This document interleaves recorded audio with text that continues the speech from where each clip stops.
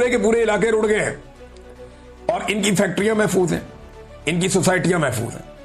ये कहते हैं हम ये नहीं होने देंगे। तजावुजात के खिलाफ इन्होंने बड़ी मारी हैं, लेकिन एक भी बंदा, कोई मुकदमा दर्ज नहीं हुआ, कोई बंदा गिरफ्तार नहीं हुआ। गंडापुर ने कहा मैं हटाऊंगा सारी तजावुजात। वो एक होटल के ऊपर एक दीवार गिराने पे गंडापुर को मिलके उनके साथ खुशगपियां लगानी पड़ी अमीर मुकाम के साथ। यहां अलीम खान, जिसने दरिया के बीच में सोसाइटी बनाई, जिसको गिरफ्तार होना चाहिए था, इस वक्त उसके ऊपर मुकदमा होना चाहिए था, वो मरियम नवाज के साथ कश्ती में झूले ले रहा था।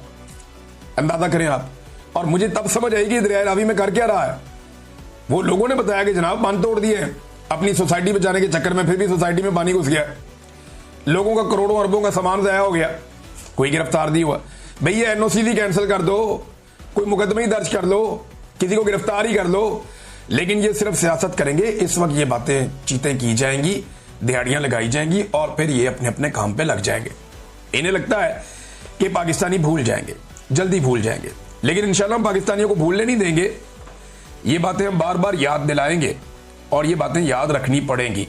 नादरीन, इमरान खान साहब को आज भी उनकी बहनों से नहीं मिलने दिया गया, उन्हें कैद तन्हाई में रखा गया है। खास तौर पे उन्होंने जो आखिरी ट्वीट किया उसके बाद बड़ा सख्त मैसेज दिया जा रहा है। जेल के अंदर उनकी अपनी हालत खराब है। आज एक मेडिकल रिपोर्ट भी आई है, वो भी मैं आपके साथ शेयर करता हूं।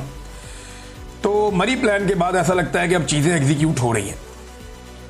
मरी प्लान जो है वो एक्सटेंशन का एक प्लान है कि आर्मी चीफ को एक्सटेंशन किस तरीके से देनी है, क्या 2 साल आगे बढ़ाने हैं या नई एक्सटेंशन देकर 5 साल मजीद देने हैं, 2027 तक बढ़ाना है या 2030 तक बढ़ाना है, करना क्या है और उसके बदले में हासिल क्या करना है। यानी इमरान खान से छुटकारा शरीफ खानदान का एक बड़ा मुतालबा है। तो क्या वो उन्हें दे पाएगी मिलिट्री एस्टेब्लिशमेंट एक्सटेंशन के बदले में?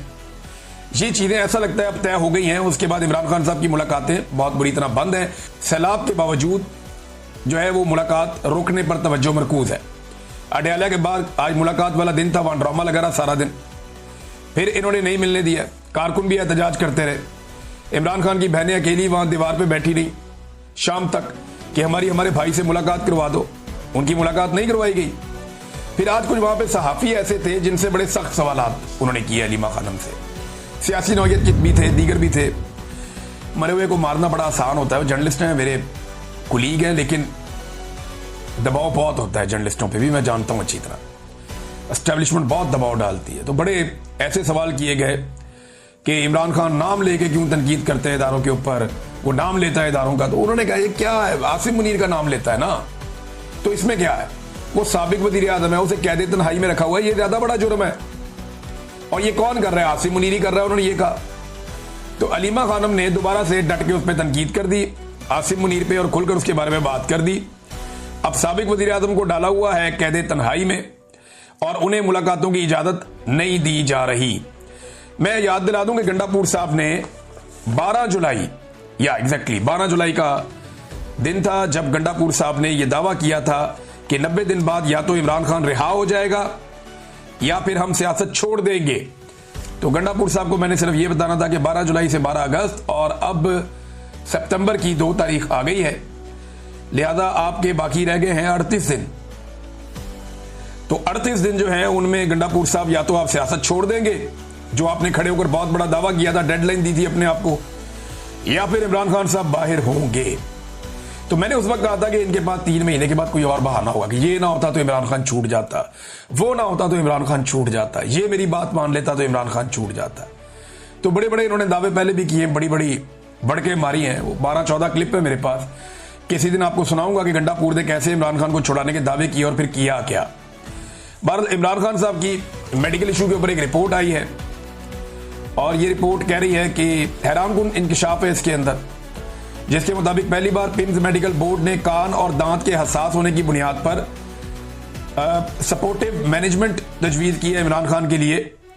2024 से उन्हें चेक किया जा रहा है। इमरान खान साहब के जो अपने डॉक्टर हैं, जुलाई 2024 में उन्होंने जेल का आखिरी विजिट किया था और अब तक 15 से ज्यादा मुख्तलिफ डॉक्टर उन्हें चेक कर चुके हैं। लेकिन यहां पे इशू है, देखिए इमरान खान शिकायत नहीं करता, वो जिस्मानी लिहाज से खुद को मजबूत रखने में कामयाब रहे हैं इमरान खान साहब, लेकिन उनके कान और दांत का इशू बढ़ रहा है। अब उसे आप बगैर सपोर्ट के काबू रखने में इस उम्र में कामयाब नहीं होते, ये मुश्किल होता है। लिहाजा डॉक्टर भी अब ये कह रहे हैं कि करना पड़ेगा, लेकिन इमरान खान की हिम्मत को दाद देनी पड़ेगी कि दांत और कान ये दो ऐसी दर्दें होती हैं जिनके बारे में लोग कहते हैं कि ये दर्द किसी को भी ना हो, बड़ी शदीद दर्द होती है। जिसे कभी दांत में दर्द रहा हो ना, या कान का दर्द हो जाए रात को, तो उसको आइडिया है कि कितना खौफनाक दर्द होता है। मेरे क्योंकि बहुत कम कभी लेकिन कान में दर्द होता है। ये मैंने ISI वालों को भी कहा था। मैंने कहा जिस दिन मेरे कान में दर्द हो जाएगी ना, उस दिन आप सबको लग पता जाएगा, क्योंकि मेरे 2-3 महीने में एक आध दफा कान में दर्द होती है। तो वो ऐसी दर्द होती है कि बंदा दूरा हो जाता है। तो ये मेरे इमरान खान साहब की मैं हिम्मत को दाद देता हूं कि वो फिर भी शिकायत नहीं करते, वो उस तरह से नहीं कहते। उनके दांत और कान दोनों में दर्द है, वो कह रहे हैं, डॉक्टर बता रहे हैं बड़ी हसासियत है, प्रॉब्लम है, और उसके ऊपर बाकायदा रिपोर्ट आई है कि उनको अब चाहिए होगी सपोर्टिव मैनेजमेंट। बहरहाल देखिए ये हुकूमत क्या करती है। इमरान खान साहब के अपने डॉक्टरों को तो मिलने नहीं दिया जा रहा। अब इमरान खान तो चले पाकिस्तान तहरीक इंसाफ के बानी है ना, या बानी है पाकिस्तान के साथ ये किया जा रहा है। जिसने भी पाकिस्तान के साथ अच्छा किया, पाकिस्तान की मिलिट्री एस्टेब्लिशमेंट ने उसे निशाने इबरत बनाया। ये ऐवान सदर में ये उनकी जो एक ऑफिशियल सोशल मीडिया है, जरदारी साहब, वहां आप ये देखें कायदे आज़म का फोटो गायब है। अब इसमें ना एक कानून खुद बिल लेकर आई थी पाकिस्तान पीपल्स पार्टी, जिसके मुताबिक 50,000 रुपए जुर्माना और 5 महीने की कैद थी सरकारी दफ्तर से कायदे आज़म की फोटो हटाने पर। तो ये तो सबसे बड़ा सरकारी दफ्तर है पाकिस्तान का। तो कायदे आज़म को ये रफ्ता रफ्ता आहिस्ता आहिस्ता कायदे आज़म को जो है फेड आउट कर रहे हैं।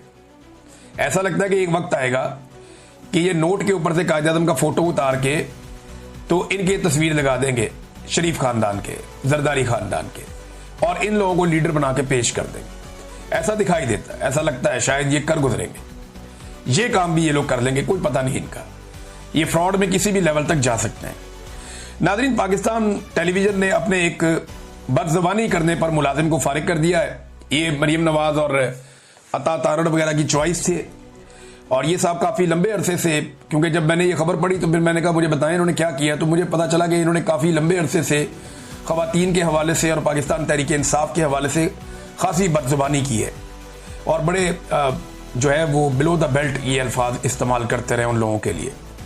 लेकिन इस बार उन्होंने गलती से पाकिस्तान पीपल्स पार्टी को छेड़ दिया और सिंध के अवाम पे उन्होंने कुछ ऐसे जुमले कस दिए, वो बंदर कह दिया, कोई उनके बारे में कुछ उनको मुंह चढ़ा दिया, थोड़ा अजीब सी एक्टिंग कर दी बंदर की। तो इसकी वजह से इन्हें फिलहाल फारिग कर दिया गया। लोग कहते हैं तनख्वाह इनको मिलती रहेगी शायद, लेकिन ये बंदा जो है वो एस्टेब्लिशमेंट का एक काला चैनल है, वहां पे भी प्रोग्राम करता है। तो अब एस्टेब्लिशमेंट की और मौजूदा हुकूमत की चॉइस आप चेक कर लें। जो गाली दे, बदतमीजी करे, नफरत फैलाए, खवातीन की तौहीन करे, गंदे अल्फाज इस्तेमाल करे, उन्हें ये कहते हैं जी असासा है इनका। अब अगर पीपल्स पार्टी को ना छेड़ता तो ये बंदा अभी भी टीवी पे होता। जो पीपल्स पार्टी के साथ अभी किया ये तो कुछ भी नहीं है। मुझे मेरी टीम के लोग बता रहे थे इससे 10 गुना इन साहब ने बाकी लोगों के साथ किया। अफसोसनाक है, ऐसे लोगों को डिस्करेज करना चाहिए और ऐसे लोगों के लिए गुंजाइश नहीं होनी चाहिए। आप जर्नलिज्म कर रहे हैं, आप इस तरह की चीज़ें तो ना करें जिससे आप यानी आप आवाज़ उठाएं तो हक के लिए उठाएं ना। जो लोग बेचारे जुल्म बर्दाश्त कर रहे हैं उनके लिए आवाज़ उठाएं। तो बहुत ही अजीब हरकत की है। और उसके बाद जो है वो हुकूमत का रिएक्शन सिर्फ इसलिए आया कि पीपल्स पार्टी जो है वो इसके अंदर इन्वॉल्व हो गई। लेकिन ये माफ़ी शाफी हो जाएगी, मुझे इस बात का आइडिया है, और ये जल्दी हो जाएगी। नाज़रीन, एक पंगा नया पड़ गया है और